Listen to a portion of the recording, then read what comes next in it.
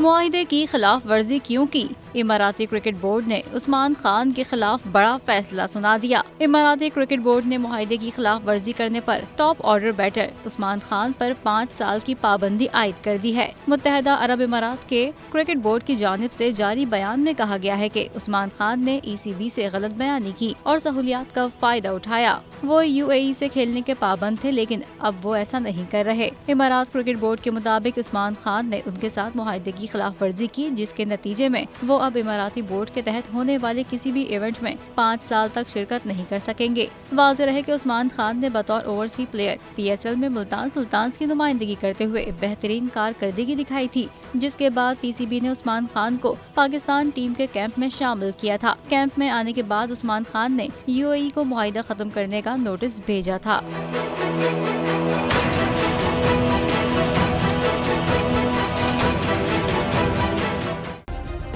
Subscribe करें और bell दबाएं ताकि कोई खबर रह न जाए।